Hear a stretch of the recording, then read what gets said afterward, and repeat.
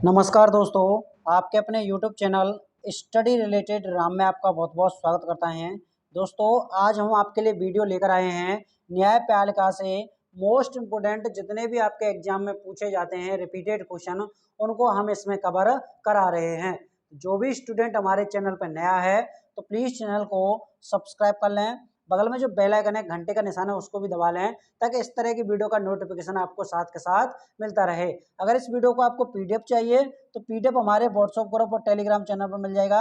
दोनों की link video के डिस्क्रिप्शन में लगी हुई हैं, वहां से इस पीडीएफ को डाउनलोड कर सकते हैं। तो चलिए चलते हैं आज के पहले क्वेश्चन की तरफ। इसमें हमारा पहला क्वेश्चन है कि औपनिवेशिक भारत में एक संघीय अदालत की स्थापना के अधिनियम के अंतर्गत की गई थी। तो इस क्वेश्चन का जो सही जवाब होगा हमारा ऑप्शन नंबर बी हो जाएगा 1935। इस क्वेश्चन का राइट आंसर हो जाएगा। क्या हो जाएगा? 1935 इस क्वेश्चन का राइट आंसर हो जाएगा। इसके स्वरूप वर्ष 1937 में, क्या 1937 की बात करेंगे दोस्तों, किसकी? 1937 में भारत में एक संघीय न्यायालय की स्थापना की गई थी जो कि आपके दिल्ली में की गई थी। ठीक है, यहीं पर बात करेंगे 1950 ईस्वी में, वर्ष 1950 ईस्वी में उच्चतम न्यायालय की स्थापना की गई थी। ठीक है, इसको भी आप जरूर ध्यान में रखना। आगे बढ़ेंगे अगले क्वेश्चन की तरफ। अगला क्वेश्चन है भारत के मुख्य न्यायमूर्ति का नाम क्या है? तो भारत के जो मुख्य न्यायमूर्ति का नाम है वो नाम हो जाएगा आपका option number B Saroj Homi Kapadia. इस क्वेश्चन का राइट आंसर हो जाएगा। आगे बढ़ेंगे, वर्तमान की बताना कि वर्तमान में कौन है। तो वर्तमान में मुख्य न्यायाधीश कौन है? तो वो हो जाएंगे आपके चंद्रचूड़ हो जाएंगे। ठीक है, इनको भी आप जरूर, सॉरी यहाँ पर वर्तमान का कमेंट बॉक्स में छाप देना। आगे बढ़ेंगे अगले क्वेश्चन की तरफ। भारतीय उच्चतम न्यायालय के न्यायाधीशों की नियुक्ति कौन करता है? तो भारत के जो उच्चतम न्यायालय हैं उसके न्यायाधीशों की नियुक्ति कौन करता है? तो वो करता है आपका राष्ट्रपति करता है। कौन करता है? राष्ट्रपति करता है। किस आर्टिकल के तहत करता है दोस्तों, ये भी आपको ध्यान में रखना है। तो आपका आर्टिकल हो जाएगा 124 के सेकंड के तहत। ठीक है, इसको भी आप जरूर ध्यान में रखना। तो ऑप्शन नंबर ए इस क्वेश्चन का सही जवाब हो जाएगा। आगे बढ़ेंगे अगले क्वेश्चन की तरफ। इसमें हमारा अगला क्वेश्चन है मध्य प्रदेश उच्च न्यायालय की पीठ स्थित है। तो मध्य प्रदेश उच्च न्यायालय की जो पीठ है वो कहाँ पर है? तो वो है आपकी जबलपुर में। कहाँ पर है? जबलपुर में है। ऑप्शन नंबर बी इस क्वेश्चन का राइट आंसर हो जाएगा। यहीं पर बात करेंगे दोस्तों, जो आपके न्यायालयों की पीठ, खंडपीठ की बात करेंगे तो खंडपीठ कहाँ पर है? तो एक तो आपकी ग्वालियर में है। कहाँ पर है? एक आपकी ग्वालियर में है और दूसरी आपकी कहाँ पर हो जाएगी? तो दूसरी हो जाएगी आपकी इंदौर में है। इन दोनों को भी आप जरूर ध्यान में रखना। आगे बढ़ेंगे अगले क्वेश्चन की तरफ। इसमें हमारा अगला क्वेश्चन है सर्वोच्च न्यायालय के न्यायाधीश किस आयु में सेवानिवृत्त होते हैं? तो इसका सही जवाब होगा ऑप्शन नंबर डी 65 वर्ष की उम्र में। कितनी वर्ष की उम्र में? 65 वर्ष की उम्र में। और किस आर्टिकल के तहत? आर्टिकल है आपका इसमें 124 के सेकंड के तहत। ठीक है, ये भी आपको जरूर ध्यान में रखना है। आगे बढ़ेंगे अगले क्वेश्चन की तरफ। अगला क्वेश्चन है उच्चतम न्यायालय के न्यायाधीश किस आयु तक अपने पद बने रहते हैं? तो इसका सही जवाब हो जाएगा कितने तक बने रहते हैं? तो वो बने रहते हैं आपके कितने तक दोस्तों, जल्दी से बताना। तो इसका सही जवाब हो जाएगा 65 वर्ष की आयु तक। कितनी वर्ष की आयु तक? 65 वर्ष की आयु तक। ऑप्शन नंबर बी इस क्वेश्चन का सही जवाब हो जाएगा। वीडियो को साथ के साथ लाइक शेयर करते रहिएगा। इस तरह का कंटेंट लेने के लिए चैनल को सब्सक्राइब करके बेल आइकन जरूर दबा लें। आगे बढ़ेंगे अगले क्वेश्चन की तरफ। अगला क्वेश्चन है अंतिम अपील न्यायालय कौन सा है? तो अंतिम अपील न्यायालय आपका कौन सा है? तो वो है आपका उच्चतम न्यायालय। ऑप्शन नंबर क्या हो जाएगा? ऑप्शन नंबर डी इस क्वेश्चन का राइट आंसर हो जाएगा। आगे बढ़ेंगे दोस्तों अगले क्वेश्चन की तरफ। अगला क्वेश्चन है भारतीय संविधान का अंतिम व्याख्याता है। तो भारतीय संविधान का जो अंतिम व्याख्याता है वह कौन है? तो वो है अंतिम व्याख्याता, वो हो जाएगा आपका सर्वोच्च न्यायालय है। कौन सा है? सर्वोच्च न्यायालय है। और किस अनुच्छेद के तहत हैं ये आपके? तो एक का तो आपका 132 अनुच्छेद, यहीं पर आपका 133 अनुच्छेद और एक आपका इसमें 228 अनुच्छेद। कौन से? ये आपके 3 अनुच्छेद संविधान की व्याख्या करने का अंतिम अधिकार सर्वोच्च न्यायालय को दिया गया है। ये भी आपको जरूर ध्यान में रखना है। तो ऑप्शन नंबर डी इस क्वेश्चन का राइट आंसर हो जाएगा। आगे बढ़ेंगे दोस्तों अगले क्वेश्चन की तरफ। अगला क्वेश्चन है भारतीय संविधान का अभिरक्षक कौन है? तो भारतीय जो संविधान का अभिरक्षक है वो कौन होता है? तो भारतीय संविधान का जो अभिरक्षक होता है वो होता है आपका ऑप्शन नंबर बी हो जाएगा, भारत का मुख्य न्यायाधीश होता है। क्या होता है? भारत का मुख्य न्यायाधीश होता है। ऑप्शन नंबर बी इस क्वेश्चन का राइट आंसर हो जाएगा।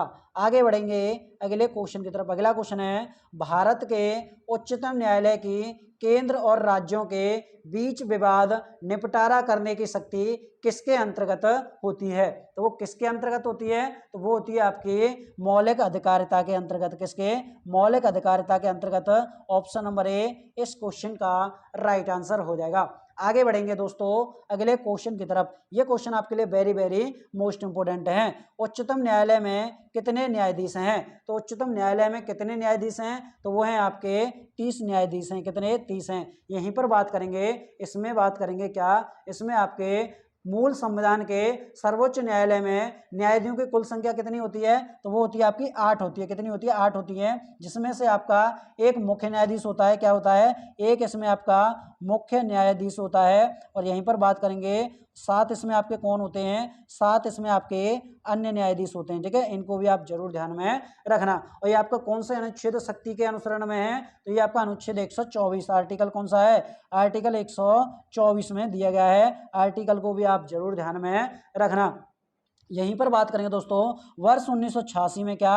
वर्ष 1986 के अधिनियम द्वारा न्यायाधीशों की कुल संख्या 26 कर दी गई थी। कितनी कर दी गई थी? 26 कर दी गई थी, जिसमें से आपका एक मुख्य था और 5 आपके अन्य थे। तो सॉरी 25 आपके अन्य थे, तो टोटल मिलाकर इसमें 26 कर दी गई।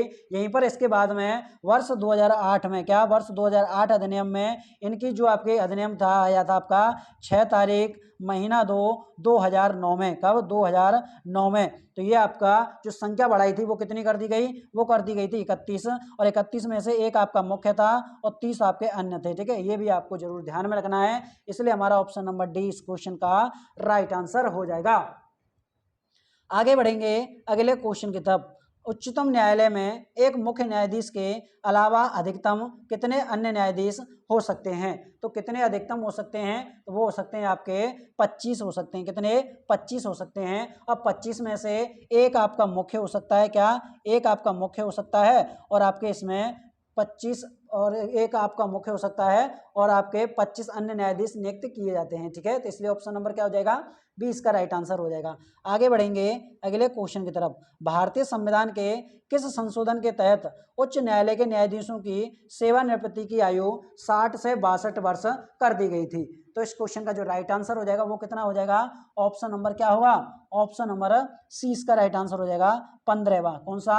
15वां। ठीक है, अधिनियम कौन सा था? 1963 अधिनियम। कौन सा? 1963 अधिनियम। ठीक है, इसको भी आप जरूर ध्यान में रखना। आगे बढ़ेंगे अगले क्वेश्चन की तरफ। अगला क्वेश्चन है राज्य के लिए निर्वाचन याचिका का निर्णय करने का अधिकार किसको है? संसद, उच्चतम न्यायालय को, उच्च न्यायालय को, या फिर चुनाव आयोग को? तो इस क्वेश्चन का दोस्तों आंसर हो जाएगा, वो हो जाएगा आपका क्या? ऑप्शन नंबर सी इसका राइट आंसर हो जाएगा, उच्च न्यायालय को है। और कौन से आर्टिकल में है? आर्टिकल को भी आप जरूर ध्यान में रखना। आर्टिकल 327 अनुसरण करता है ये। ठीक है, चलिए आगे बढ़ेंगे अगले क्वेश्चन की तरफ। अगला क्वेश्चन है न्यायपालिका द्वारा बनाए गए कानून को कहते हैं। अब क्या कहा जाता है? उसे कहा जाता है विधि का नियम। क्या कहा जाता है? विधि का नियम कहा जाता है। यहीं पर बात करेंगे सर्वप्रथम वर्ष 1997 में। कब? सॉरी सर्वप्रथम वर्ष 1997 में, 1997 के भरत कुमार के पलिछा बनाव केरल राज्य मामले में केरल उच्च न्यायालय द्वारा बंद को असंवैधानिक घोषित किया गया था और इसकी सर्वोच्च न्यायालय ने भी पुष्टि की थी। इसको भी आप जरूर ध्यान में रखना। ऑप्शन नंबर सी इस क्वेश्चन का सही जवाब हो जाएगा। आगे बढ़ेंगे अगले क्वेश्चन की तरफ। अगला क्वेश्चन है सबसे पहले किस उच्च न्यायालय ने घोषणा की थी कि बंद असंवैधानिक है? तो इसका सही जवाब क्या होगा? इसका सही जवाब हो जाएगा ऑप्शन नंबर सी हो जाएगा। क्या हो जाएगा? ऑप्शन नंबर सी इस क्वेश्चन का राइट आंसर हो जाएगा। एक मिनट रुकिए दोस्तों, ये पिछले वाले क्वेश्चन को देख लीजिएगा। पिछले वाले क्वेश्चन का आंसर निर्णय विधि हो जाएगा। क्या हो जाएगा? निर्णय विधि हो जाएगा। बी इसका राइट आंसर हो जाएगा। क्या? सॉरी माफी चाहूंगा, बी ऑप्शन इसका राइट आंसर हो जाएगा। इस क्वेश्चन का आंसर ऑप्शन नंबर सी हो जाएगा। केरल इस क्वेश्चन का सही जवाब हो जाएगा। आगे बढ़ेंगे अगले क्वेश्चन की तरफ। अगला क्वेश्चन है, उच्चतम न्यायालय के ने किस मामले में मौलिक अधिकारों की प्रमुखता राज्य नीति के निर्देशक सिद्धांतों से ऊपर स्थापित की थी? तो वो किसने की थी? तो वो की थी आपकी ऑप्शन नंबर गोकुलनाथ मामला था। और गोकुलनाथ मामला आपका कब हुआ था? 1967 में हुआ था। कब हुआ था? 1967 में हुआ था। ये भी आपको जरूर ध्यान में रखना है। आगे बढ़ेंगे तो इस क्वेश्चन का राइट आंसर क्या होगा? ऑप्शन नंबर ए इस क्वेश्चन का सही जवाब हो जाएगा। अगले क्वेश्चन की तरफ बढ़ते हैं। अगला क्वेश्चन है, निम्नलिखित में से मूल अधिकारों का संरक्षक कौन करता है? तो मूल अधिकारों का जो संरक्षक करता है वो कौन करता है? तो वो करता है आपका न्यायपालिका करती है। क्या करती है? न्यायपालिका करती है। ऑप्शन नंबर डी इस क्वेश्चन का सही जवाब हो जाएगा। आगे बढ़ेंगे अगले क्वेश्चन की तरफ। उच्च न्यायालय में अपील की जा सकती है यदि सत्र न्यायालय के दंड दिया हो, तो वो कितने? तो इस क्वेश्चन का आंसर हो जाएगा, इनमें 4 ऑप्शन आपके गलत हैं, तो 7 वर्ष। क्या है? 7 वर्ष इसका राइट आंसर हो जाएगा। आगे बढ़ेंगे अगले क्वेश्चन की तरफ। जिला न्यायालयों के न्यायाधीशों की नियुक्ति किसके द्वारा की जाती है? तो वो आपकी किसके द्वारा की जाती है? तो वो की जाती है आपके राज्यपाल के द्वारा। किसके द्वारा?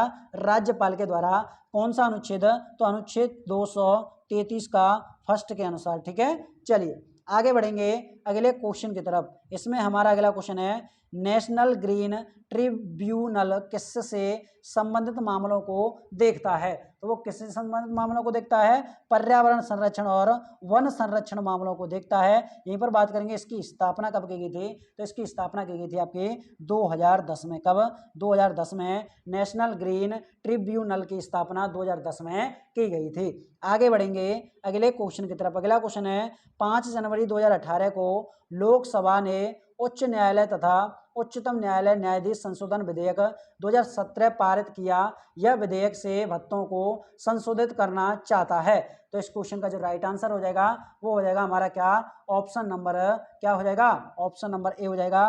22 सितंबर 2017 इस क्वेश्चन का सही जवाब हो जाएगा। क्या हो जाएगा? 22 सितंबर 2017 इस क्वेश्चन का राइट आंसर हो जाएगा। आगे बढ़ेंगे अगले क्वेश्चन की तरफ। भारत में स्तरों में अदालतें होती हैं, तो कितने तरह की अदालतें होती हैं? तो वो होती हैं आपकी 3 तरह की। कौन सी होती हैं?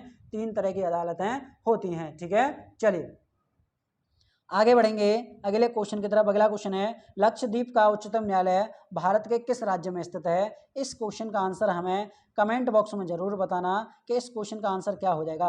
वीडियो आपको कैसे लगी कमेंट बॉक्स में छाप देना। वीडियो अच्छी लगी तो वीडियो को ज़्यादा से ज़्यादा लाइक, और जो भी स्टूडेंट हमारे चैनल पर नए हैं चैनल को सब्सक्राइब करके बेल आइकन जरूर दबा लें, ताकि जब भी हम आपके लिए वीडियो लेकर आएँ तो उसका नोटिफिकेशन आपको साथ के साथ मिलता रहे। अगर इस वीडियो का आपको PDF चाहिए तो PDF हमारे व्हाट्सएप ग्रुप और टेलीग्राम चैनल दोनों पर मिल जाएगा। दोनों की लिंक वीडियो के डिस्क्रिप्शन में लगी हुई है, वहां से इसको ज्वाइन कर सकते हो और PDF डाउनलोड कर सकते हो। मिलते हैं दोस्तों नेक्स्ट वीडियो में, तब तक के लिए जय हिंद जय भारत।